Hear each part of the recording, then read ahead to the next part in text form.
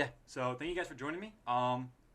Nick and Lucas, if you guys want to just each tell a little bit about yourselves, like a brief synopsis of your journey and where you got to, and then we'll get into it. Cool. I'm Nick. I'm from New York. Grew up in New Jersey, and yeah, I met Lucas my first year of college. That was like 5 years ago, and we started a band called Dog Trainer. Gone through a lot of different iterations. We started off like making lo-fi indie music. Then we had an album that was more like uh, kind of like psychedelic rock indie, like that, like Tame Impala and GMT. And then we're just releasing an album now called Scrolling to Feel Better. It's a two-part album. We just released the first part, and it's a little bit more on the indie pop side of things. So yeah. Yeah, I'm Lucas. I'm the one who doesn't sing in the band. uh, went to school for jazz guitar, just like Nick, and that's how we met. And as the years kind of went by, I got less and less into jazz guitar, mostly because I felt like it wasn't necessarily the kind of music that could reach the amount of people I wanted to. And then that kind of made me get into other music. And then I got into indie music, etc. Started helping Nick with a college project, like you might have mentioned. That was our first album. And it was really, Nick was writing all the songs, and it was just like his college project. And yeah, so we kept collaborating since then. And now we write all the songs together. And I view myself more as like a producer songwriter now. So that's pretty much it. Yeah. That's really cool. You guys are like working off of each other. So yeah, the latest album, I loved it. I listened to it. It's two part, right? So the first part came out. Any timetable when the second one will?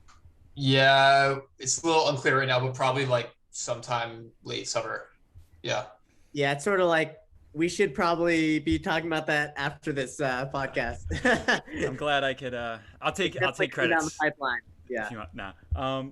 It's funny you mentioned that too, Lucas, because like, will we see or hear you sing at all on the second part?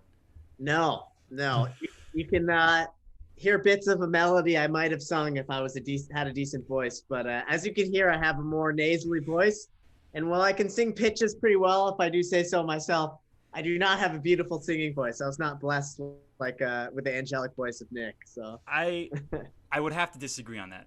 I think because I did some digging, and also you guys are hard to research because every time I looked up you guys' name, it was just a bunch of videos about how to train my dog, and it was it was hard. Not great SEO. I want to talk a little bit about Robert Laser. Oh wow. Deep. Yeah, I think Robert. My sister is FaceTiming me. I am so sorry. Bad time. Robert Laser, dude, insane voice. I went through the album. I loved it. Can you talk a little bit about that? Yeah. So I think Nick and I both started as jazz guitarists, and in that way, you were kind of like the center of attention. Like you're like a singer in a way, as you know, like you play sax.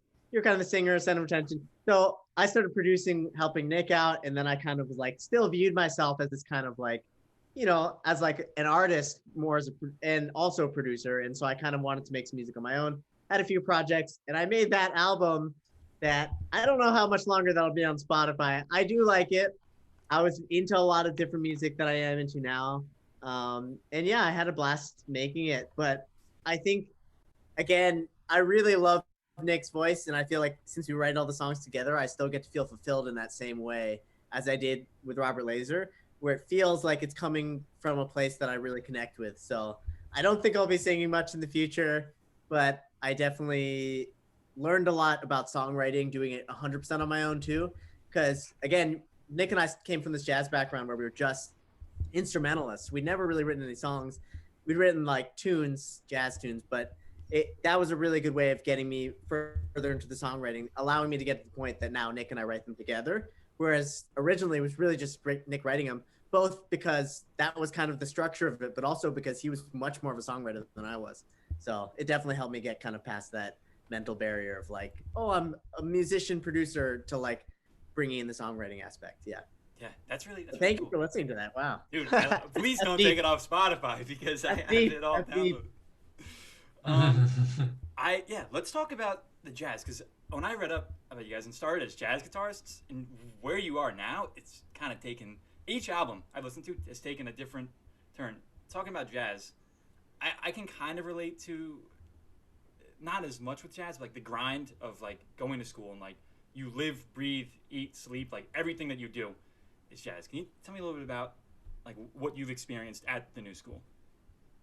Yeah, well, like when you, I can say like my experience as a guitar player was like serious like grind from like when it's funny, like I've been actually thinking about it, like it's kind of similar in a way to like being a athlete where like you or I kind of think like almost like if you were like a professional like skier or skateboarder or like any of those kind of like individual sports that are like kind of trick oriented.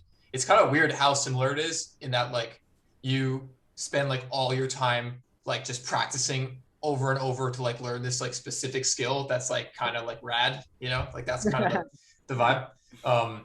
And like that was kind of my thing with guitar for like a long time, was just like when I was in high school and middle school, like I legitimately practiced like 10 hours a day for summers, and I would like check little X's every day on the amount of hours that I did. And if it wasn't 10, I was like furious at myself. And I like skipped my grandma's 70th birthday to keep practicing. Like I was like that hardcore, you know, like when I was in middle school, so crazy and obsessive. And I think that it's funny, like, that's kind of like the grind that like when I think back to just guitar, like that I remember. And when I entered jazz, it was funny because like the transition from shred to jazz was like not that smooth. Like I went from being really, really good at like this like metal type guitar to like not very good at jazz. And it took me a long time to get back to like a similar level. I don't know if I ever was as good at jazz as I was at that, but I mean, Lucas can talk more about jazz. Yeah. Yeah, Nick was an insane shred guitar player. There's some really amazing videos of him, like we should honestly post on our Instagram. Age like 13, long hair, like well, I mean, he has got it now, but like looking super just like metal Metallica kid and just absolutely shredding. He was insane young. I was a pretty bad guitarist when I was young, but I got into it also fairly young, and I got into jazz much earlier than Nick. And yeah, similarly dedicated. I remember like there was a part actually that Nick and I were talking when we were in jazz school where I was like, man, what if we didn't bring a guitar case to school? Yeah, so we always held a guitar with us so that every moment of the day we're practicing, because we won't have a guitar case. You can't put it away. It's like that kind of extremity. And I was a jazz guitarist for a little bit and then kind of got out of it. And right at the end of it, I actually went on tour with Esperanza Spalding, if you know who that is. She's a Grammy award-winning jazz bassist and singer. She actually she had like a weird, she like became super famous. I don't know what year it was. Maybe it was like 2012 or something, because she beat Justin Bieber for Best New Artist. And everyone was like, holy shit. I think it was Best New Artist. Maybe it was Best New Album or something. No, I think it was Best New Artist, yeah. Yeah, and like everyone was like, holy shit, like who is this? And then Esperanza was like a huge star. She was like performing for like Barack Obama and like everything. Yeah, we both really went deep into that, but I think we both fortunately found kind of alternate routes at the same time, sort of spurred by our feeling like we couldn't necessarily connect to the people we wanted to with jazz. And also we became friends with this guy Evan Wright, who probably has an album coming out pretty soon, and he was another really great guitarist that went to school with us, and he was kind of more on the indie side already, and it just really kind of inspired us to take the next step and just go further into that realm, especially listening wise. Like he showed us Mac DeMarco, he showed us like. Well, yeah, that's true. There's a lot of people like the funny thing about going to jazz school is like the further you get into jazz school, the more people stop playing jazz. Like, because Evan is like one of many people. Like we have another friend, John Dankoff, who started singing. I think inspired like everyone around us to sing. Like literally everyone started singing because of John. So it's funny. Like I think like when you like everyone collectively, like by the third or fourth year starts like incorporating new things. And some people take that to different extremes. Like some people still keep playing jazz, but like start incorporating, more like rock or different sounds, or electronic music is like really common right now to bring into jazz. But then, some people just like stop playing jazz and pursue other directions, we have a friend who came to school as a bluegrass guitar player, then was playing jazz for like 4 years and then left and now is like a professional bluegrass guitar player again. So it's just funny. Yeah. At music school do that. Yeah, I think a lot of my listeners, a lot of my listeners are my friends here, can relate to that. Like you come in with this, especially in the saxophone studio, it's more, this is not a shot at anyone in the saxophone studio listening to this, but it's more so like the grind of playing classical sax over and over and over again gets people, it gets to them, and they really kind of distance themselves from it and find new avenues to play. There's nothing wrong with that. It's just you find new things to play. But there are, what I've found listening to you guys is there are still like jazz inflections that I can hear on your music, like a lot of prominent guitar lines I can still hear, which is sick. Like my favorite album by you guys is Puppyhood. I freaking love that album. And Nice. Puppyhood, the first song, like when you repeated, like you could hear the guitar kind of backing up the voice. Are there any influences that you've taken from, because I like listening to jazz guitarists that you still, or any jazz musicians that you have kind of molded around, like say, hey, I still listen to this person, and this has helped me with new music? I don't feel like, I don't think either of us listen to like that much jazz anymore, but I think that the understanding that you get from jazz and your training or like your ability to hear things, it's so expanded that I think it does allow you to make more choices, maybe a little bit more deliberately. Obviously, like the learning curve leaving jazz and going into like songwriting and production is really high. Like it's not a very similar thing. But like there are things like, like both Lucas and I are gonna like cringe if you hear like an 11th over a C major chord or like a 4th over a C major chord. Like that doesn't resolve to a 3, or is it purposely a sus chord? Whereas like I don't even know like how people conceptualize that if you haven't learned about music theory. So I think not that makes us superior in any way. It doesn't, but it's just like things like that. I think it was almost like the opposite at the beginning. I was gonna say like, yeah, it's a given that all of this jazz understanding will like bleed in. And it was almost like trying to learn other things and be influenced by as many other things than like this theoretical understanding, technical understanding that we had. Like, yeah. So when you go into it, so all your songs are like way too complicated. Like, like if you listen to like a Chainsmokers song, let's say, it's just gonna be like F major, G major, A minor, G major, F the whole time, and they're great songs. And then when you're like a jazz musician leaving jazz, you're like, you're gonna have like a freaking like C minor 7, flat 5, sharp 9 in your song, and it's gonna be like, why are you doing that? Yeah, but in terms of specific influences, jazz-wise, I don't know. I mean, when I was playing jazz, it was like, all the guitar players, Kurt Rosenwinkel, Lage Lund, Mike Moreno, etc. And then after post-jazz, it was like listening to all this like in-between music, like Thundercat and that kind of like LA-based fusion stuff. But then once, it was almost like flipping a switch and trying to turn as much of that off. If we're being completely candid, it was like, all right, let's just be influenced by Bon Iver. Let's just be influenced by MGMT, by all these things. And like the jazz knowledge will allow us to be influenced by that directly because we can understand exactly what's happening. But the actual there's not harmonically. I mean, that album was a bit more out there for sure. That one was, I still feel like it was more knowledge based and even probably more influenced by like Tame Impala than by, Pat Metheny, so. For sure. I don't think that jazz hasn't been like a direct influence on like any of the music since we started doing it. Yeah. I was going to bring up too, like how I said it earlier, you have like a different style on every album, even with 1-800-Superstar. I listened to some. Okay. Oh, wow. Totally. I did my homework. Wow. You've done your homework, man. That's crazy. I got more coming too. I think it's really cool that you guys have changed like apartments. Kind of similar to Puppyhood, but it was still a bit of a different vibe. Puppyhood was different, and then latest album now different. 1-800-Superstar. Is it something that you guys just in the moment are thinking this is what we're feeling, or you have an idea of before you record like, hey, this is the sound that we want to go for? So here's Nick, I'll just answer this one really quick because I feel like we've been asked this now a few times, and like I totally see why. And the more I think about it, the more I realize that the reason why things have changed so much is because we started, like hearing Apartments is here in the beginning of our songwriting. So it's like hearing, like you said, you're starting to do some jazz stuff. It's like hearing the beginning of that to 5 years later. It's like you learn so much in that process. And with the way that releasing music is now, it's like we release music throughout that whole learning process. And that doesn't mean that the earlier stuff is worse than the new stuff or vice versa, whatever. It just means that like you're seeing us learning how to produce, us learning how to songwrite, learning who we are as songwriters, learning who we are as producers. And I think that this new sound that you're hearing, this kind of blend of like very intimate, almost like Apartments-esque, like our first album, mixed with the 1-800-Superstar, which was the band we had in between that was very poppy.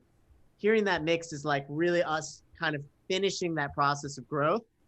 Doesn't mean we can't grow more. It just means that like that very fundamental growth stage of like, this is the first year I'm playing jazz saxophone, the first one I'm playing jazz guitar, to 5 years later of like, oh, I've played 1 million jazz gigs, or like, you know, I know like all the standards or whatever. Like that difference is so substantial, and you can hear it in our recordings. But I think that now that we're on the other side of that, and we've like made so much music and put it out, like yeah. I mean, of course, each album we had that just, it was a decision to make pop music, decision to make indie music, whatever. But at the same time, we couldn't necessarily have made the next album while we were making the first album. Like while we were making Apartments, we couldn't have made Scrolling to Feel Better, the album we just released. It like was a growth process. And yeah, so you're just kind of seeing us like get into Coldplay, seeing us get into MGMT, seeing us, you know, get into Bon Iver through each one. But I feel like now, since we've done enough, since we're older, we've experienced making all these, like this is much closer to what our next album will sound finally, which is hard to believe in a way because each one sounds so different. But this album, I feel like we finally found one where everything is going to sound kind of like this. Like if you don't like this, you won't like the next one. So yeah. And yeah, I was going to say, if you like this one, you will like the next one. So yeah. I love them all. So no complaints from me. Thank you. Cheers. All right. So we talked about that. I got a whole bunch of notes here. I want to see what I'm doing. Okay. Awesome. It sounds like you guys have sort of like an 80s influence sometimes. And what I've picked up on is that after seeing some of the YouTube video, like the Graffiti YouTube video you had, it's all old film. And then this latest album, it was all on VHS. Is there some kind of like love for film, or is it sort of like a love for older things that, if that makes sense? Yeah, it's interesting. It's got kind of both. Like, I think that there's like aesthetically, like I think we both really like that nostalgic, like vintage feeling. Like a lot of the clothing that I wear, that Lucas wears, it's like vintage, you know, thrifted, which is common now. But like, you know, it's a cool thing. I think that culturally it's a thing. Like I think that like, you know, 80s and 90s and even 2000s, like that nostalgia is like kind of relevant right now. And people like, you know, there are tons of artists who like are, I mean, even for like the last like 10 years, like you think about like Taylor Swift, 1989, like that's kind of like a nostalgic album, kind of like calling back to 80s production and 80s aesthetics. So I think that kind of tapping into all of that, I there's another side of it too, which is that like VHS music videos mean that we get like a vibey, cool video that also is easy to make. Like it's really hard to make like extremely high definition, crazy music videos when your budget is like $500. So VHS kind of like you buy a camera for $100 and then you can make as many videos as you want for no cost. And that's kind of like more of the, it's not as artistic, but it's kind of like really true. You get a great product or something that we both really like, and it is very cheap. Convenient. Yeah. It was a way of like also tying in the new album with Apartments. Like you're saying, like we started with that VHS thing, and it was kind of a way to, because their music is so different, but there's also a lot of similarities in like there's like very vulnerable parts of the songs, there's very intimate parts and there's like just acoustic guitar in certain sections, and like we felt like keeping the video almost the same, like it's almost the same vibe as it was in those early music videos, and allowed for the whole thing to feel like Dog Trainer instead of it feeling like 1-800-Superstar, like that pop band we had for a little while. So it's really nice to kind of come home to that that vintage aesthetic. And yeah, as Nick said, it made it easier too. We filmed like 9 music videos in like 2 weeks, which was a wild time, but like, you know, really fun and really productive because now we have so much visual content that we're proud of. And versus like, again, yeah, with digital videos, when we've done it, it's like you have to get it color corrected. You have to have a cinematographer that really knows what they're doing versus like your girlfriend that, you know, can film you and your friend like while you're in Central Park at midnight. You know, it's like it allows for this very DIY intimate experience that I think we connect with, but also allows us to like create way more content and create way more music videos than our budget would normally allow for. Yeah, the funny thing, the funny thing is too that we had like one VHS video from the first album from Martha. I don't know if you've seen that, and then it's actually the same camera, but like we had to rebuy the camera because that one broke, but it's the exact same camera, so it's kind of funny. Yeah. Did you sell it? No, it just broke. It just like didn't work. Yeah. Yeah, aesthetically, I think like when I'm watching it, it feels different watching it, listening to it. Listening, like you guys, like you mentioned your lyricism, really, like it kind of it strikes a chord with me, no pun intended with the music, but it strikes a chord with me. Like it's especially in this latest album, like very vulnerable, like talking about things. Yeah, we'll go back to that, but okay. Sorry, I'm all over the place. Really. When you guys like make songs, because me and my best friend had like a very strange SoundCloud rap kind of duo going on in high school. Okay. It was just like things that when we would make a song, some of them we would be like, oh my god, like this, like our baby, like we loved it. Are there songs that you guys make where you're just like, this is the one, like this is awesome? Every single one, I would say. Yeah, most of them, yeah. We're like the worst people to be. Like, if you, like, both of us have long-term partners, and, like, whatever song we just made, they have to listen to, like, 9,000 times. Like, I just throw on whatever the most recent one is, even if it's, like, a live video we just recorded. Like, we just made some live videos. I'm just like, dude, this is so sick. Like, I love this. And then the key is, the fear is obviously the, like, will you love it 5 months later when you're putting it out? Like, that's the hard part. But in terms of ones, like, as we're making it, yes, there's songs that we, like, particularly feel amazing about. But overall, we're, like, most annoying, like, fucking confident people right when we make something. And then you talk to 6 months later, and we're like, I don't know. Like, is it good? Like, I don't know. I think it's good. And, like, this music I feel pretty confident about. But some things in the past, like, the further I've gotten away from it, the more insecure about it, the more my, like, neuroticism, my anxieties come into play. But I think, yeah, we're extremely inseparable people when it comes to, like, there's a lot of stuff that we've been extremely excited about that we ended up not releasing. Yeah. You know, But even there was even a song on this album that we didn't release that we were excited about when we first made it. Yeah, we're excited about. Yeah. And I'm extremely excited we didn't release it also. Yeah. That's really interesting how you say like everything.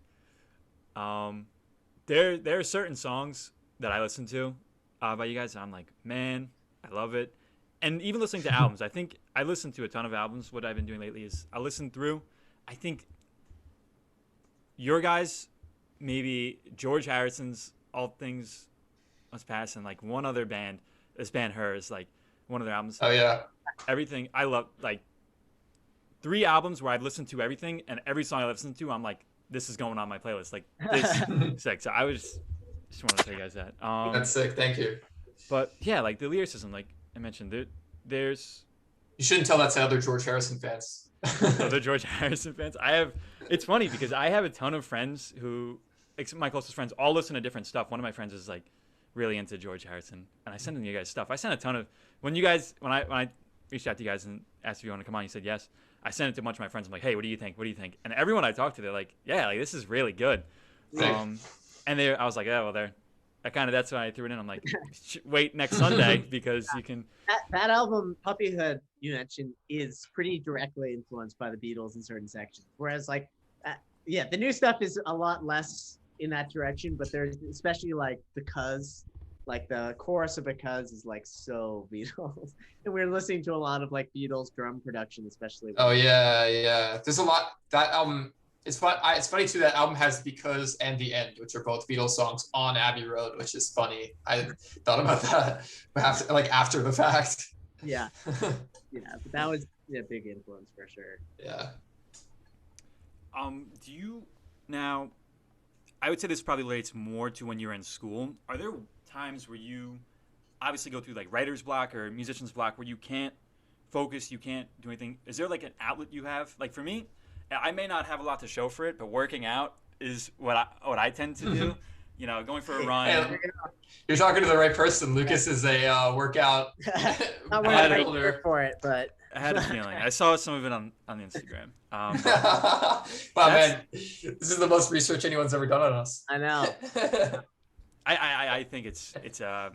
it's vital. I didn't want to bring you guys on and be like, so tell me about, Yeah, this yeah. album and the same boring stuff, make you guys do a boring interview. I want to at least make it enjoyable. And besides, like, I love you guys' music. I want to like, know more about what goes into it and everything. Yeah. Well, Lucas, I think this is your opportunity. Well, I was Tell us gonna about say, bodybuilding. Actually, well, yeah, no, I would talk about bodybuilding, which is another one of my huge passions. Not very well represented by what I'm wearing right now, but my biggest thing getting me out of writer's block is Nick, by far. And look at it, yeah, look at that. He's like, yeah, hell yeah. But it's 100% true. Like, there are songs on this album that I thought when I sent him the original beat, I was like, dude, I can't make anything. And you get into, I was like, because the thing is like when we send back a lot of things to each other, and it can get really intimidating for each of us in certain periods of time. Because sometimes one of you is so super inspired and like on this like tear, and they're just sending you things, and you're like, wow, that's so good. And you might feel super uninspired or whatever it is. And so I just remember a couple periods during the album process of the recent one where it was like, I felt like I couldn't create anything of worth, but Nick could take what I was creating and make it into something, and then I could work on that. So I was like, I would write some chords and I'd put them over some drums, and I'd be like, dude, this is literally the worst thing ever, but like, just check this out. And he'd be like, I don't know what you're talking about. It sounds fine. And I'd be like, are you sure? Like, I'm pretty sure it's terrible. Like, don't worry, I won't be hurt if it's terrible. And he'd be like, yeah, no, I'll check it out. I'm actually gonna work on it. He'd be like, oh, I made it twice as fast. And what do you think about this? And then I would be inspired and feel like I could make something. So I definitely, like you said, you have your friend you make music with. For me, it's a huge part of that is just having Nick to bounce things off and like to work on things that he's started the seed of sometimes too. Because sometimes I literally have no inspiration, but I still have technique. I still have the ability to produce something. So if I'm not inspired, maybe he can start the seed of something, and then I can just produce that in the same way like I would more intellectually, like thinking like, oh, this needs some fat drums, or like this needs the proper trap drum kit over it, or like it needs a bridge, whatever it is, and I can just work from that. So it's extremely helpful to have Nick. And I would say, aside from things like, being reaffirmed by my partner, going to the gym and skiing, whatever the heck it is, which are things that like keep me inspired in life and keep me happy, having Nick to like bounce ideas off is probably the number one thing that stops me in those moments where I really feel like I don't have anything to give. Yeah. Nick? Nah, that's a great answer. What gets you out of writing block though? I mean, that's true also. Yeah, definitely. I think that having someone to like, I mean, a perfect example of that is like Fake Happy, like where Lucas came up with something that I was like, I basically like created it into a beat, and then we just kept sending it back and forth like 100 times until it kind of ended up what it sounds like now. And yeah, I think actually, and like I think I started working on that because I didn't know what to make, and Lucas sent me like, I was like, well, I might as well just work on this like 4-chord thing that Lucas sent me. So it's like 5 chord, but yeah, that's fine. 5. Oh yeah. There is a sus chord that does resolve. So. Oh yeah. It sounds like my theory professors. Make sure you show all your work. No. Yeah, it's going off of that too with my friend. Sometimes, because I think I read a ton of articles, but correct me if I'm wrong. Sometimes it's like when you're going through the process of like making a beat, it can be a little bit, okay, this person's spending an hour, 2 hours making this beat, and it's kind of like you get a little bit out of touch with what's going on. But how it worked with me and my friend is he is an insane producer. He's taken off. Classical saxophone is not really the field to get into if you want to become famous. But he would make the beats. I would, say, hey, here's a sample, check out, and it's going off of that. I can relate to that. But even having that outlet too outside of music, where it's like, when you music, especially when you're in school for it, it's kind of like oh my God, can I just for a minute do something that's not cooking? Can I make something? But yeah, that's really cool too. Me and my friend also, we've been trying to make an album for, God, the last time we made something together was like AP Environmental. We made, you remember the song Murder on My Mind? It was like really big, and then the guy got arrested for actually murdering someone. Jesus Christ. It was a big song, and we turned it around into like Water on My Mind and brought it about like water pollution. It was really stupid. But that was the last time we worked together, and we were like, hey, like we've been away at college for a year, hundreds of miles apart. Like what I'm missing is like doing music for me, like not going and performing for someone, saying, hey, here's my, check out the boxes. Did I do good? Thank you. I need my professor's validations. So, but when we were trying to do things like sending things back and forth, we found it to be impossible. Like we could not do it. But you guys did that for quite a few months while you were making this latest album. You were, like you mentioned, and then the last few months you worked together. But how did you find ways, other than you said like the reassurance from each other, to keep grinding and keep working on it? We kind of just didn't have anything else to do. we were like, it was like the pandemic had just started. I think we both really wanted to make an album. It was like, it just felt like something that just needed to happen. Like we'd been making like singles for 100 Superstar for a second that we were like both tired of doing. And it just like, I think we both really just wanted to like make something like an album. And like, as we were making beats, I think we just ended up in like a flow of like music. And like, it's almost sometimes when you like end up in that flow, it's like honestly harder to like stop doing it than to start, which is, it can become a habit where you're just going to keep doing it. And, but we did get to a point where after like, we made like freaking like 40 beats or something, it was like, we made like a couple beats. We're like, all right, we gotta stop because this is just like going downhill. These beats are getting too weird. Yeah. I also think that like thinking back to that period, what allowed that to happen was also a lot of workflow things. Like we spent a lot of time making sure our computers pretty much had the identical pathways for everything, so that we could use this app Splice, which allows you to basically share. Every time you save, it saves onto a cloud instead of just having to send some of the sessions. So it's like little things like that allowed it to be way more seamless. And then the other thing I think that's really helpful in those scenarios is accountability. So sometimes you're not always like inspired at all, and the other person might be or whatever, but actually having assignments for each other can be really helpful. So for Nick and I, it would be like, if I started hitting a wall, he'd be like, all right, make something like this, or like this song needs a bridge. Or like we got to a point where we had all the songs done, except they didn't really have like 7. Oh yeah, none of them were like completely done. Yeah.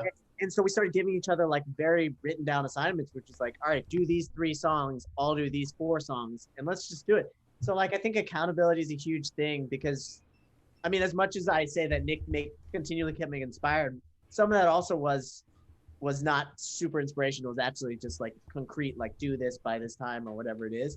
And even now, like we're finishing album 2 and we're still collaborating from a distance.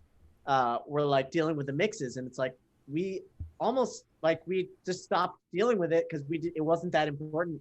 We were releasing album 1 and whatever, and things just fell by the wayside. And it was like, once I started adding these dates for when we got the listening done, and then once that was done, I would finish the songs on my end. It's like that's when shit started happening, is when you really start being accountable to each other and almost like treating it like school, treating it like a job, and just like the inspiration will come from doing it, but chances are you might rather go to the gym or hang out with your friends or whatever than do a lot of the boring things, like actually finish a song versus starting a song, So I think another thing I would just say is, accountability and like really setting assignments for each other.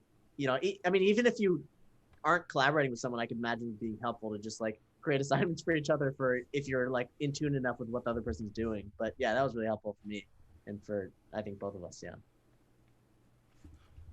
Cool. Yeah, that's really it's a good way of kind of staying on top of things, making sure that there's something continuous is always coming. Yeah, it's like that difference between discipline and inspiration. It's like sometimes you just got to be disciplined about it, and like it's hard with music because it's something that feels like it should be exciting all the time, should be a labor of love all the time, but it just can't be all the time. Sometimes it's just gonna suck, but you got to do it, and like, and it'll still create a really great product that you're equally as excited about. But the process just might not be fun, and that's just how it is. Yeah. There's definitely days here where I'm like, I know I need to practice. I really don't feel like it, and then you have the conversation of, is it going to be helpful if you go there and force yourself to practice, or do you need it to just naturally happen? Yeah. It's a struggle. I don't think a lot of people can relate to it. And I was just, last point on this would be that like sometimes you really hate it, and then the second you put the saxophone to your mouth, the guitar, whatever, you get inspired. So just having the discipline of like turning it into more of a job can like really help with that. But yeah, I mean, I'm sure you're practicing more than we are these days. So respect, Yeah. If my professor's listening to this, yes, I am practicing. But no, I am. So the latest album, you said it's 2 parts. Are there songs that you guys recorded already that you're saying, hey, maybe this is better to put on the second one? Or are you kind of doing first part and then second part? We like made all the songs at the same time. We just had so many songs that it was like, we got to break this up. So the second part's a little different. It's a little bit more like, I kind of feel like it's weirdly more poppy and more edgy.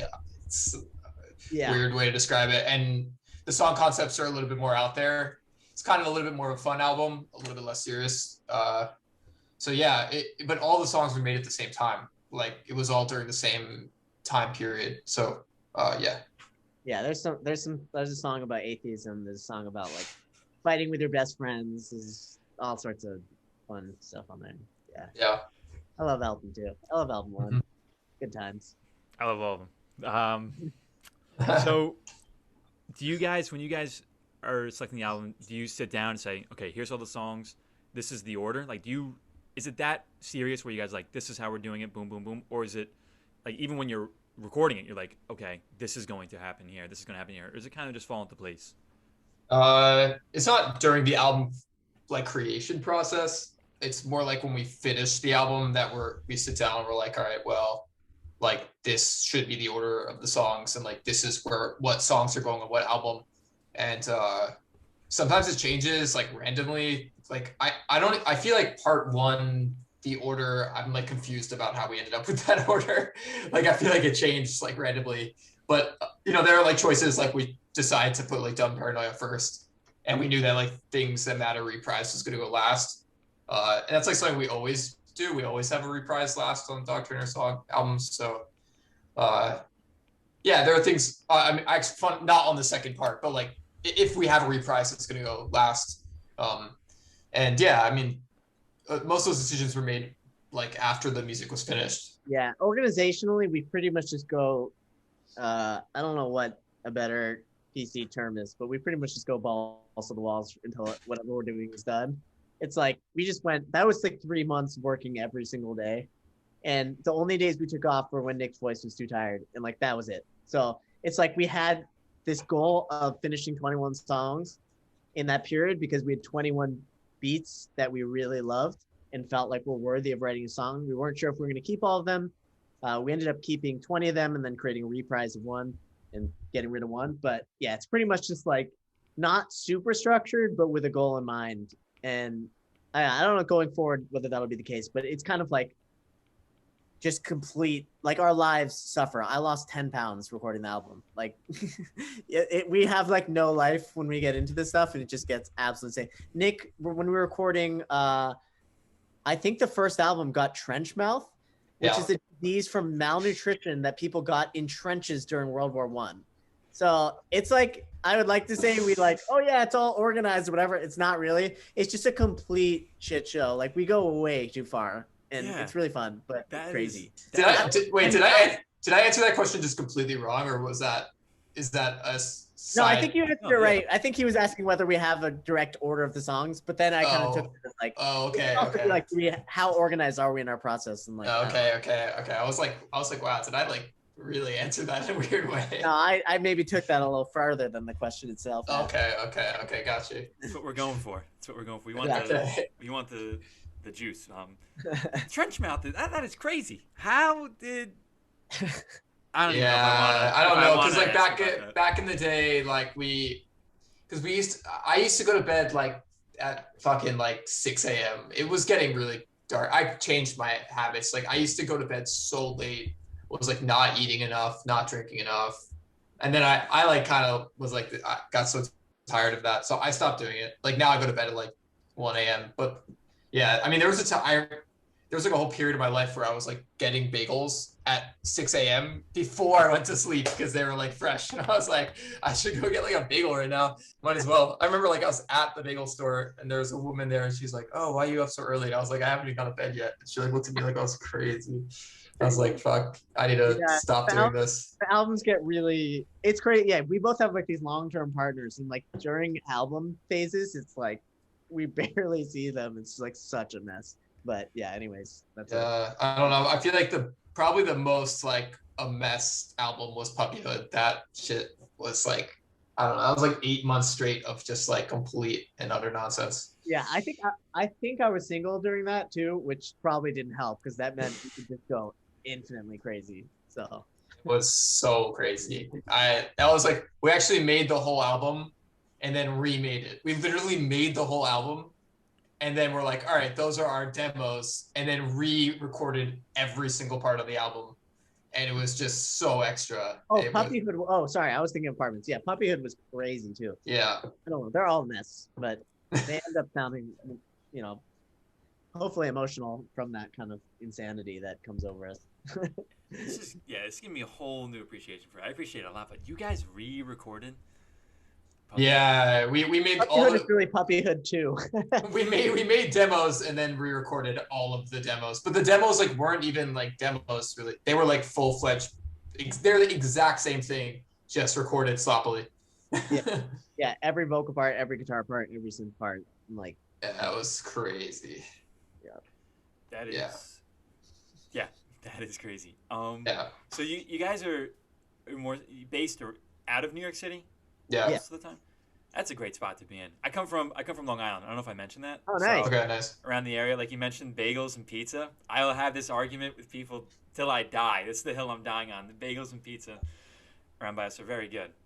Yeah. So I know the feeling of going and waking up and getting a great bagel. What's your preferred pizza slice? What's your preferred slice? I'm gonna give a shout out to Del Fiore's Patchogue Village. Okay, I don't know they that. have a margarita slice. But just a classic slice, just regular slice. I'm not like anchovies or pineapple. I'll take pepperoni. I'll take meatball. Olives is very underrated. Have it on pizza. Nice. But what about you guys? You guys? I'm a big pizza person. I eat pizza like every day. I'm like I think Lucali, the best pizza places like are Lucali and Giuliano's in my opinion. And it used to be Co, but they closed. And then Mama's too. That's a slice place. Oh, okay, sure. But Mama's, I don't know if it's Mama Two's or Mama's Two, but that place is probably like one of the best slices in like the country. That place is insanely good. And then also like, if you're trying to get like a proper slice, I do feel like Joe's on West 4th is kind of the place. But I was just saying this, like, I think Joe's on West 4th is a great local spot. But if you're a tourist and you're going to Joe's, like, you're going to be underwhelmed unless you're trying to get the classic New York slice, then that experience is that. But yeah, that's fine. You think it's like a subtle slice and doesn't hit you over the head like Lucali does? Well, I just think that Joe's is the New York slice. Like, if you're trying to get New York slice, it is Joe's. Like, that's the definition. Lucali is some pretentious Brooklyn Beyonce bullshit that is delicious, but it's not. That's not New York. Like, Joe's is New York, That should be the headline of this podcast. Lucali is some Brooklyn Beyonce pretension. No, I mean it's like if you want to go see Beyonce and Jay-Z eating a pizza, go to like Lucali. It's delicious. It's like one of the best. It's just like not. That's like not the spirit of. I mean, it honestly, it's like seemingly the spirit of Brooklyn. The guy who started Lucali is like a real, like, genuine like Brooklyn. He grew up in Carroll Gardens. Like it's like I think that he's the real deal. The pizza's the real deal. I just feel like the spirit of it, like the spirit of like, is pretentious. Do you think it's uppity? Yeah, I mean, it's like an expensive. It's like I don't like DeFara's actually. I'm not a huge DeFara's fan, but like the spirit of DeFara's, like that really is like some classic like Brooklyn slice shit. Like. Yeah. And I don't like DeFara's. I have heard of Joe's. There's Okay. so many Joe's. There's so many Joe's. But Joe's on. You said Joe's on Fourth, right? West Fourth. Yeah, it's on like Carmine Street. Yeah. I've heard of that, and then I've heard of John's on Bleecker. I heard Yeah, I John's mean, on Bleecker is like John's is John's is like amazing. This is a whole nother podcast. Beware. I love food too, so I don't mind. The problem with John's, so like John's is an iconic New York pizza place. It's just that if you're gonna get John's, it's a hit or miss. Like you might go some days, it's gonna be like you're gonna be like, wow, this is like a tourist trap. Like, well, this is not that good. You're gonna go to other days, you're like, wow, this is like literally the best pizza. Like growing up in New Jersey, every time I went to New York, I made my parents bring me there to John's. So it was like my favorite place growing up. But like, I really do think it's hit or miss. Like it's not very consistent. Wow, that's an interesting take. What, you think it's the heat or the oven or what is it? I think it could be a combination of any of those things. It could be a combination of who's making it on what day, how long it was in the oven. You gotta get the name of the guy when it goes well, so that you can hit them up and be like, is Andy Zimmerlingus back there? However you spell it, however you pronounce that. Zimlinghouse. Okay, there we go. Sorry. But you got to get that. You got to know that guy's name so that you can request that next. Moving on from pizza. Get his work schedule, see when he's in. Yeah.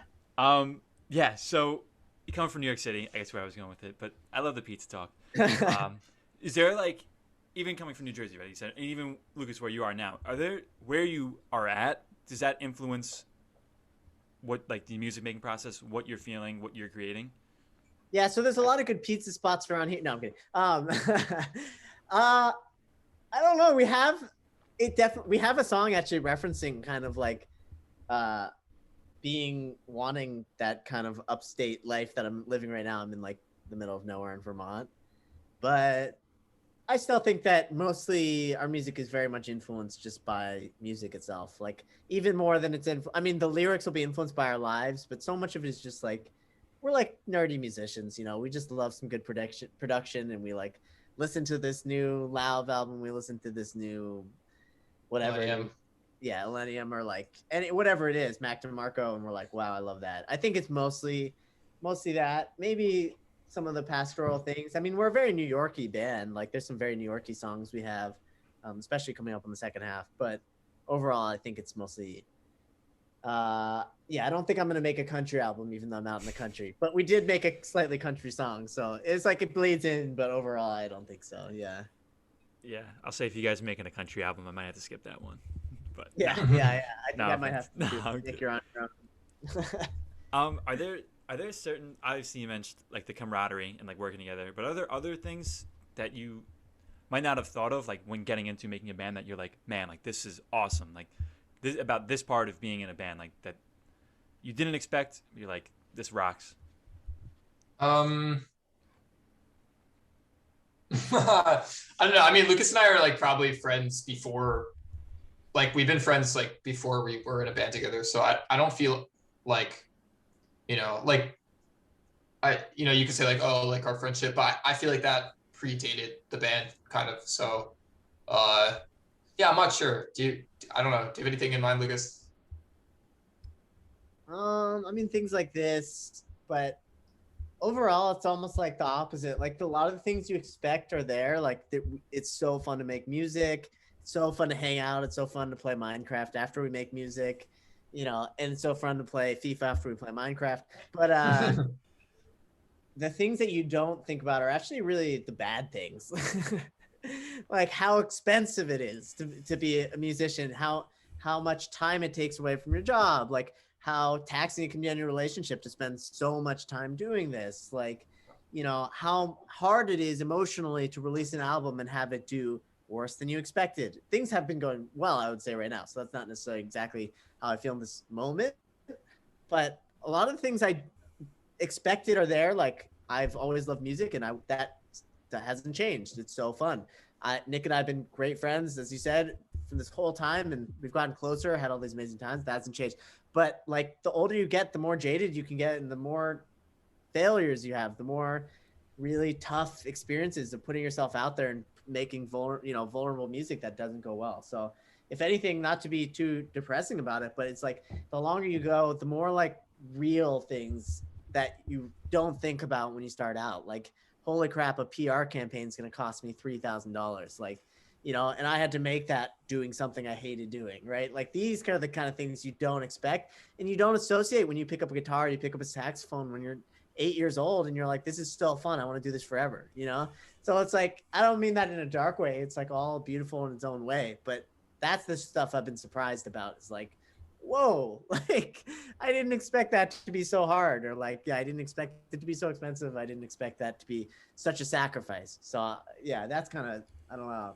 On the positive side, things like this are obviously a surprise. I didn't expect to be asked to come on a podcast and meet someone that, you know, hopefully will hang out in New York or whatever, or like other interviews we've done or articles that are really pleasantly surprising, or it's surprising to get on a Spotify playlist, you know, and be like, wow, they like that. And those are pleasant surprises, but they're also things that maybe you expect when you're like a young musician that thinks that the world's in front of you and everything's going to go well. So the most surprising thing has been some of the really sacrifice oriented things for me. Yeah, I think I saw you guys do on like, well, is it like Top Indie or something on like Spotify? It makes, you know, all new indies. Yeah. Yeah, we've been on a few like Fresh Finds Indie and like other Spotify curatorial things, and it's been cool, like, which is big for us. Do you think that's like the best way, or like the way you see the most growth in listeners is like being on one of those, or is it more so like doing like a PR campaign? It's probably that, but the only way to get on that is to like it's very exclusive. Like to get on editorial playlists, you need, I don't know, like the experience that we've had with the music industry is that it's a bit of a giant circle jerk, for lack of a better word. Like it, like you'll like, oh, like so many things are like so meaningless, but like within the industry, they're so important. And like, for instance, like what distributor you're on, that literally does not matter for 99% of the time. In 99% of cases, like if you're on DistroKid or you're on AWOL, it literally doesn't matter. But people, like, DistroKid is like the free one anyone can sign up, and AWOL is like a very exclusive distributor. And it literally doesn't matter. Like we released Graffiti, which has more plays than anything on our Spotify on TuneCore. It just doesn't matter. And like, you know, like we were like, you know, so like if you're like a tiny artist on a huge distributor, that means nothing. Yet if you say that to someone in the music industry, that means a lot more than that to them than if you're on TuneCore or DistroKid, which are open. So it's kind of funny, like those like industry things are like important, and like the more of that shit that you have, the more acceptance you have amongst the entire industry, the more stuff you're gonna get. So like if you know, if we were on Pitchfork, let's say, that is going to increase your chances of being on a Spotify editorial by a lot. But the only way you got on that Pitchfork article is probably because you had a Spotify editorial playlist to begin with. So it's like, yeah, or yeah, to get PR, you need the playlist. It's all just a mess. It's all like a slow buildup of shit that is all meaningless to anyone outside of the music industry. Like it just doesn't matter. Like, you know, the funny thing with these things, like who even listens to some of these playlists that like are so important? Like, you know, I don't listen to my Fresh Finds playlists, like, you know. Yeah, but it does have 1 million followers, so. It does. Yeah, I saw that. It does. It does. Yeah, but clearly some million people. But I don't think like even though there's like a lot of followers in those playlists, like I'm not convinced that like everyone who follows that playlist, like I follow a bunch of playlists on my Spotify that I follow. I mean, it's gonna sound so lame when I tell you which ones I follow, but like, you know, today's top hits. This is Lauf, this is Black Bear, this is John Bellion. Like, but I never listen to those playlists, but like I follow them technically, right? Like, so this is Kidz Bop 2020. This is Kidz Bop. But I just think a lot of people probably have playlists. It's like, you know, I mean, and you see that reflected in the numbers. Like if you're on a playlist with 1 million followers, you're not getting 1 million streams. You're getting, let's say, 10,000 streams. Yeah. And that's not even, and that will be the same people maybe listening to it more than once, not necessarily 10,000 unique people. So, but like, yeah, anyway, those things do have like a lot of impact. I think, and the name, like being on an editorial playlist in itself is like a big thing. Like if I told you we were on New Music Friday and even if we got 20,000 streams and not 1 million streams from that, it's such a big deal to people and to A&Rs and to everyone that the acceptance existed that it's like worth trying to get. I think people tend to listen to like the Discover Weekly more. I think it's more catered. 100%. That's where like all our plays come from, honestly. That's like on graffiti. One of my friends. I talked to two of my friends actually. They, out of everyone I've talked to, I think like 10 or 12, said that they've heard of you guys. One of them was from a Discover Weekly. One of them actually listened to like the all like This Is Indie. Nice. But I didn't know I had another fellow. This is Kids Bop.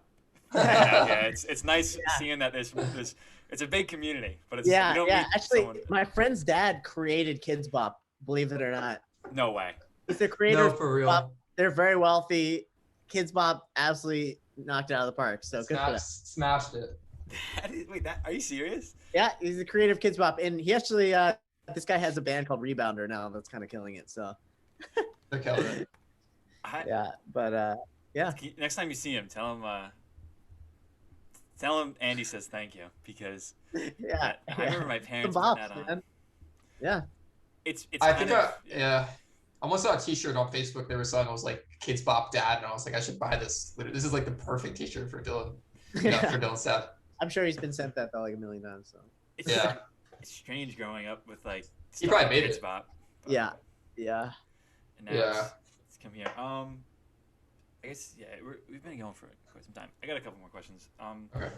I have a lot of friends here who are trying to branch out. Like, they come in as a violin player and they're like, hey, I think I might want to, try singing. I want to start playing guitar. Because you guys went through that, do you have advice for people who kind of want to take that step and explore but really don't know how to do it or need kind of the push? Yeah, like with singing, because I was like never want to sing ever until I started doing it kind of. And you started singing at 19, 20? 19, I think. So like before that, I always thought singing was like really like, like stupid kind of honestly. And then I don't know, I like got inspired by a bunch of things, like by like some friends, by like St. Vincent, weirdly. And then, I think it was kind of just a leap. Like I have recordings of the very first day I sang and it like sounded like bad, but fine. So once I was like, okay, I sound bad, but fine. But like I've sounded bad, but fine playing guitar also. So like, I was kind of like, well, I'm just going to work on this. And I just like sang every day for a while until like I sounded good. And then once I got to that point, I started taking vocal lessons, which is like, I don't think everyone used to do that, but like I kind of like am more of like a technical kind of person. So I started just doing that and working on it. I just have a quick note on anyone getting into singing, ironically for myself, but I feel like I learned this a little bit too late. But the key with singing, I feel like it can feel really arbitrary the way you start singing if you're an instrumentalist. It's like, oh, well, I could sing like this or I could sing like this or whatever. And what Nick did from kind of the get-go was incorporate a lot of like he always sounded in a way like he speaks, which I think is really valuable. So it's like understanding the way you actually sound like speaking and then mixing that pretty much with your favorite artist. So it's like then that a mix of the aspirational and literally just how you sound. Because I too quickly, when I started singing, went too deep in like, there's a lot of unreleased terrible music myself, too deep into like trying to sound like someone else. And as like, if you're trying to transition quickly from like being an instrumentalist to like being a singer, but really being a singer, like having an identity as a vocalist, I would say that's like to go deep into like knowing what you actually sound like when you're talking and making sure that you're singing somewhat sounds like that. So you're not just a poser, like singing like, like the thing with that too is like, you got to think of it like, it's weird. I don't know how many people start singing like late in life or later. Like, I mean, I think that if he's talking about the music school, like we knew people. So like, like the thing is like, think about how you would sing, like if you're 10 years old and you're like a guitar player and this was me, and then you're like going to sing a little bit, like you're not going to like sing like all with like some affect. You're not going to sing with like some accent that you heard on like some song singer. You're just going to sing. And I think that spirit of it is like the right place to start. Like that's not to say that you should never incorporate any other things, but like the way that you would just sing when you're like a little kid is just the way that you should sing when you start. I mean, and I'm not an expert on this, so maybe that's not true, but like I think that is helpful. I feel like that's true. That's why I brought it up, because I just feel like that was one of the things that I've always looked up to and envied in the way Nick sings. Is like he immediately sounded like himself in a way that allowed him to kind of grow from a place that already had an identity instead of it just being super random. The other thing I would say is like try, and instead of incorporating all your creative stuff from classical and all that in first, actually try and be as uncreative as possible at first and just try and recreate something else, and especially maybe something simple, and then bring all that stuff in so that you have a strong base of like songwriting that then you can add in this, or songwriting, rapping, whatever it is, beat making, and then you can add in all this creative stuff. But if you go into the creative stuff, it can often make the singing very ungrounded because it's existing in this environment that is very untraditional. And I just feel like I've noticed that from a lot of people who went to school with at first, like struggling with kind of like, trying to incorporate it into this thing that it's really, you're like trying to push it into this crazy collaborative creative thing, but then it's lacking the groundedness of like the history of being a vocalist or the history. That's super true. That's like the classic trap is like you leave jazz and now all of a sudden you're trying to make like normal indie music, but everything doesn't sound anything like that because you're trying to like incorporate all this jazz, but you don't know the history of indie music. Like, you know, like when we first started making indie music, which was like 2014, and like in 2014, the like in thing was like Mac DeMarco, and neither of us even knew who Mac DeMarco was. So it was like, until we like knew who that was and we knew who like all these other famous artists were in the indie scene, like you're kind of just like going off of what you think it is, and that is often not what it actually is, you know, like, and it's useful to like actually learn the history or like learn what's like and then bring in everything else, and then you can bring in the jazz, you can bring anything else. But I just feel like when you start from like, oh, I'm going to do a chamber ensemble that I'm singing over, it's like chances are the songwriting isn't going to be as strong as it could be if you really worked on songwriting in a more traditional sense and then brought it to the chamber orchestra and are like, all right, or chamber quartet, and we're like, all right, check this out. Now there's 4 saxophones behind me and I'm singing, but like my singing is grounded in like actually indie music and all these things. So it's like treating, honestly, okay, last thing I'll say on this, because we can talk about this forever. I think it's having respect for music that isn't complicated. Although, like the only thing I'll say where it's like, you know, some of it is just like kind of the process from leaving jazz is like often when you leave jazz, the things that you like are things that are complicated that aren't jazz. So like you're gonna be into Bjork, you're gonna be into like the craziest Tame Impala song. Brothers or like that's what you're gonna be into, and it's like okay to like get into that. I think in a way it is like sometimes like the stepping stone between, like it's very hard to go from jazz to like listening to like, you know, Phoebe Bridgers or something, let's say. Like it's hard to go from like listening to the absolute most complicated music to something that's like completely emotionally driven and like maybe a lot. It's like, you know, her lyrics are really intellectual, but like it's not intellectual in there's an A flat major chord over a G. There's an A flat triad being played in inversions over a G chord. It's not like intellectual at all like that. So like I think a lot of people need that transitional thing where it's like, okay, Tame Impala does have a altered chord on this song, and that is context, or like Flying Lotus for Lucas. Yeah, you know? yeah, that's true. I just think that like, I don't know. I feel like it's a common trap to like get into these things, but still have this kind of like attitude that it's yeah. I mean, like you're saying, like that the lack of complexity makes it somehow shallower, and I just feel like if you can get past that, you can learn so much more than holding on to that idea of complexity and trying to also become a good songwriter. It's just like it's like the two do compete until you've like learned one or the other to such a high degree. But I just feel like, I don't know. The reason why we can talk about this so long is like we've had almost every single one of our friends started out as either a classical or jazz musician and ended up making something else. And like I've experienced a lot of ups and downs in that process, and both of us have. And like I just think there are some pitfalls of like, yeah, that complexity, like trying to include complexity too early can really put you on a path to not necessarily learning songwriting or like lyric writing or these The exact opposite of that, I'll say, is jumping. Like when my immediate reaction after stopping jazz was to like write like 3-chord like cowboy chord guitar songs, which is funny. So like you can also take it way too far where, I mean, I don't even think it was bad. Like I feel like I learned a lot about songwriting from doing this, but like I do feel like you can like react so hard, like go so extreme against like the intellectual thing and try to make like the least intellectual music. Not that music's not intellectual, but like, you know, like GCD is a lot less intellectual than like Giant Steps.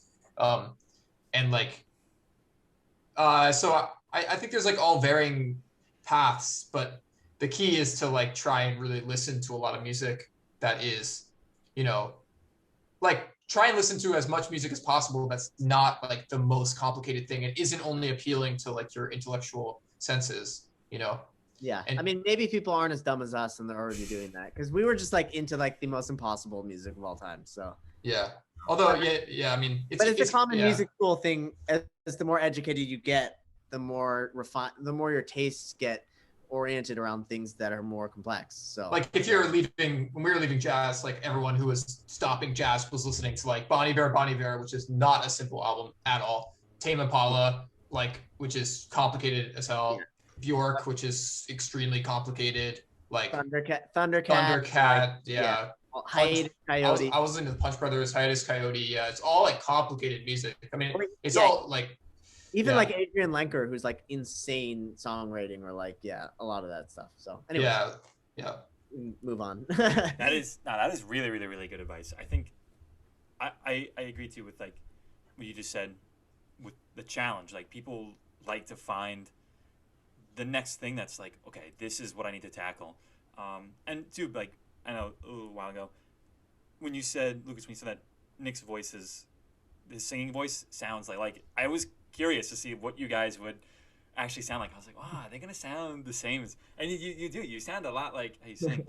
And I know, Lucas, you said it too. I have to disagree with you. I am one of, I'm a proud one of 5 monthly listeners to Robert. All right. I'll take it. Thank you. But well, the issue with me is once I embrace my own voice, my own voice is very nasally, so it's a bit of a catch-22 with that one. But I think too. And if you said too, like if you brought something, I have a sax quartet. If you just saying it, throw it out there. If you want to, like you mentioned, if you want to bring something to us, hey, there we go. There we go. No, but I want to hear some Robert Laser sax quartet. Oh my god. You never know. I got a recital coming up next year. I could right, make something happen. We got to let's do it. Let's hear it. But let's hear it. Yeah. So going more towards, do you guys see a future, hopefully, with doing like live stuff, more live concerts, getting venues? I think that might be a good. I don't know, because I don't know too much about the business, even though I am sadly music business major. Do you guys see like live concerts being a possibility? Yeah, definitely. It's hard to say right now because like things are so shut down. I mean, like honestly, before we started doing Scrolling to Feel Better, we were like ready to perform live with 1-800 Superstar, and we were like, all right, like it's gonna be so easy. Let's just get like a So Far Sounds, and like So Far Sounds wouldn't even book us. It was like, what the fuck? Like we literally have played at So Far Sounds before, so it's like surprisingly, Dog Trainer should be a lot easier. Dog Trainer will be a lot easier, yeah. So yeah, I mean, I don't know. It's like it's hard to say right now because we're so deep in like the pandemic, but you know, yeah. I mean, for sure. Yeah, for sure. Hopefully things do turn around. I would love to come. I think it would be. Yeah. It'd be cool seeing you guys in person. We'll come up north, play a show. Nah, it's okay. You don't have to. It's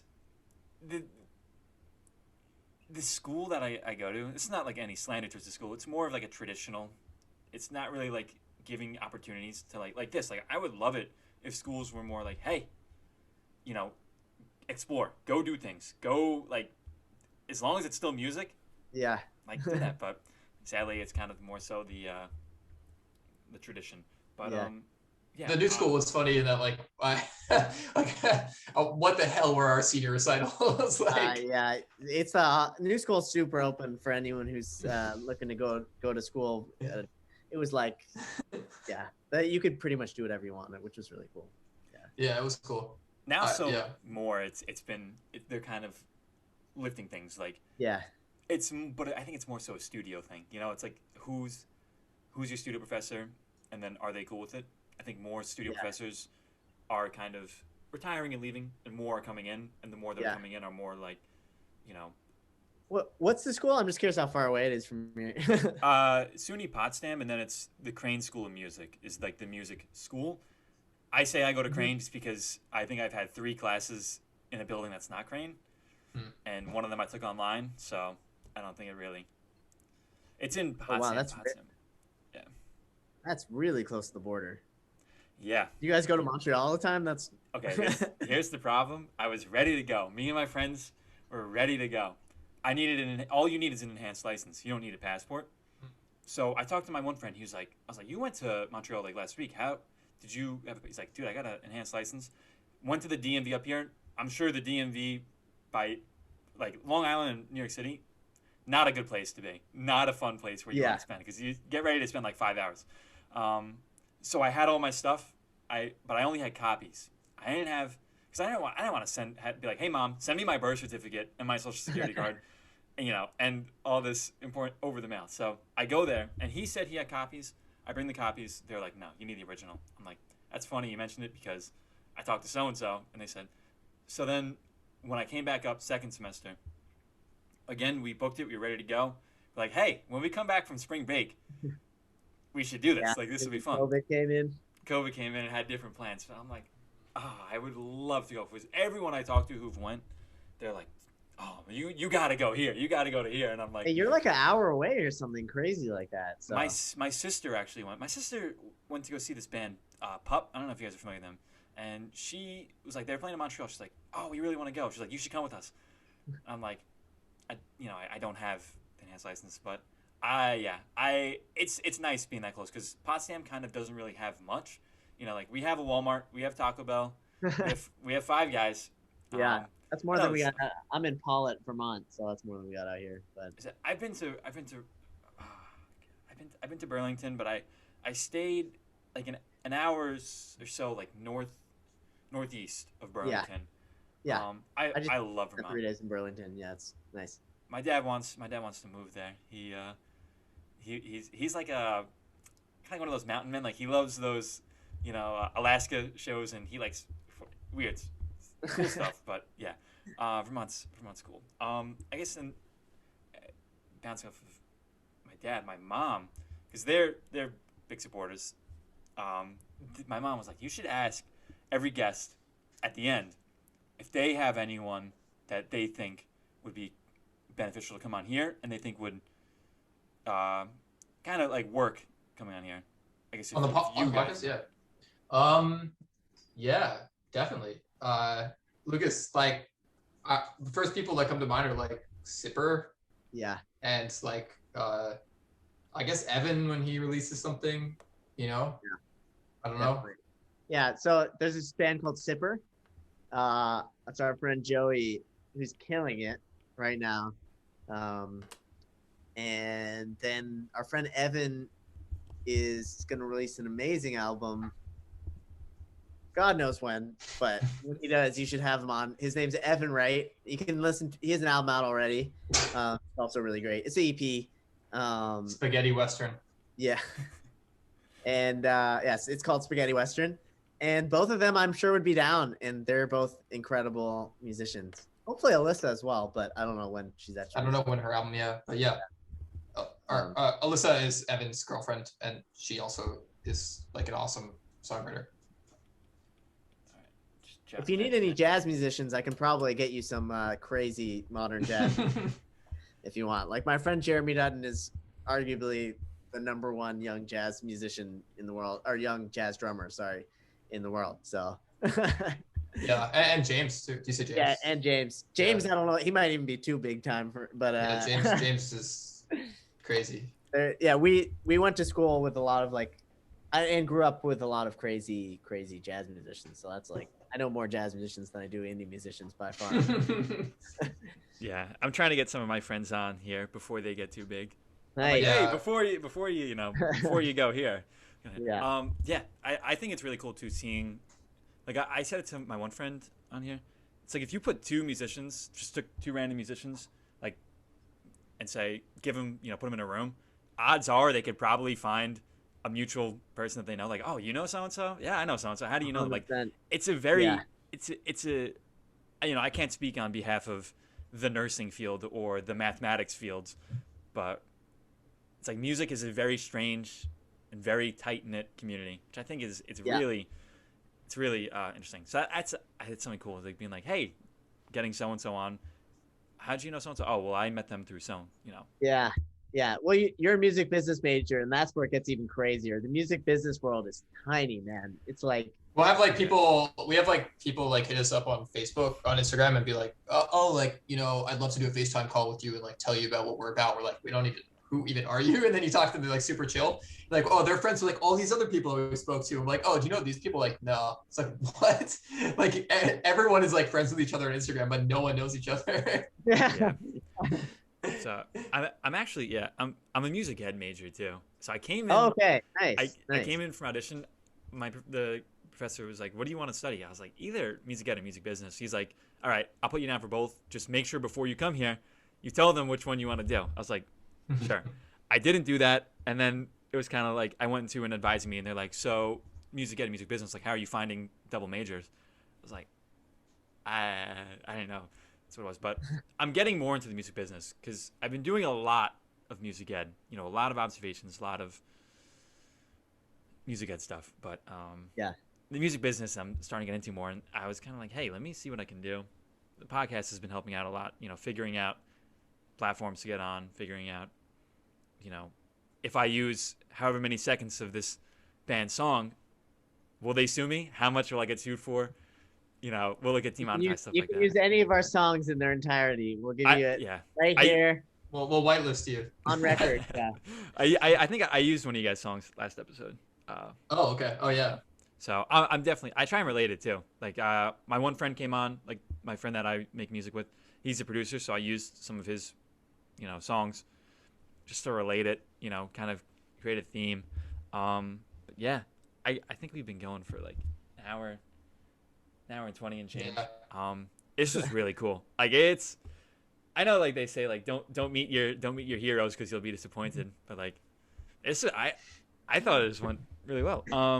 You guys have like any parting words for the listeners, for whoever's out there listening? I know I was thinking about, this is super random, but like Lucas and I, because you were talking about about putting musicians in rooms, but we had this like hilarious idea, which is like if you had a ton of money, you should just like get like the craziest. You should just pay for the most insane collaborations. Like it's like I'm gonna have like the craziest jazz musician ever do like a duet with like Ariana Grande, and that's gonna be a full album. I just want like an album of that. And I don't know, I was just thinking about that. That's your parting words. Yeah, I second that. That is a very high thought, but I guess my parting words would be check out the album Scrolling to Feel Better. Scrolling to Feel Better, Part 1. And you'll hear a lot more conversations like this on the album. It's not so different from this. It's like we tried to write all the lyrics from this almost like podcasty feeling where it's like, if you had unlimited time to talk about things, what are the things you would talk about philosophically, like music career wise, like all these things. And so it's all there. And like, if you found any of this interesting, chances are there's a song about it or like a song about something adjacent to it. So yeah, if you enjoyed any of this, check it out and check out the old music too. And thanks so much for having us, man. I really appreciate it. Thanks for coming. And that last thing I would say is when you're in New York City, assuming you are not an anti-vaxxer, hit us up. I got my card right here. I don't want to show any information about there it. There you go. Definitely. But hit us up, man, and we'll go get a slice at John's and. No, you can't get a slice at John's. Can't get a slice. Okay, we'll get a pizza at John's. My God. I think we can kill a pie. We got three of us. Three of us. No, I'm not. We can kill. We can. It's just that's a crime to say you get a slice from John's. That's a crime against pizza. Hopefully, we'll be playing a show, but if not, either way, hit us up when you're in town. So, cheers, man. Totally.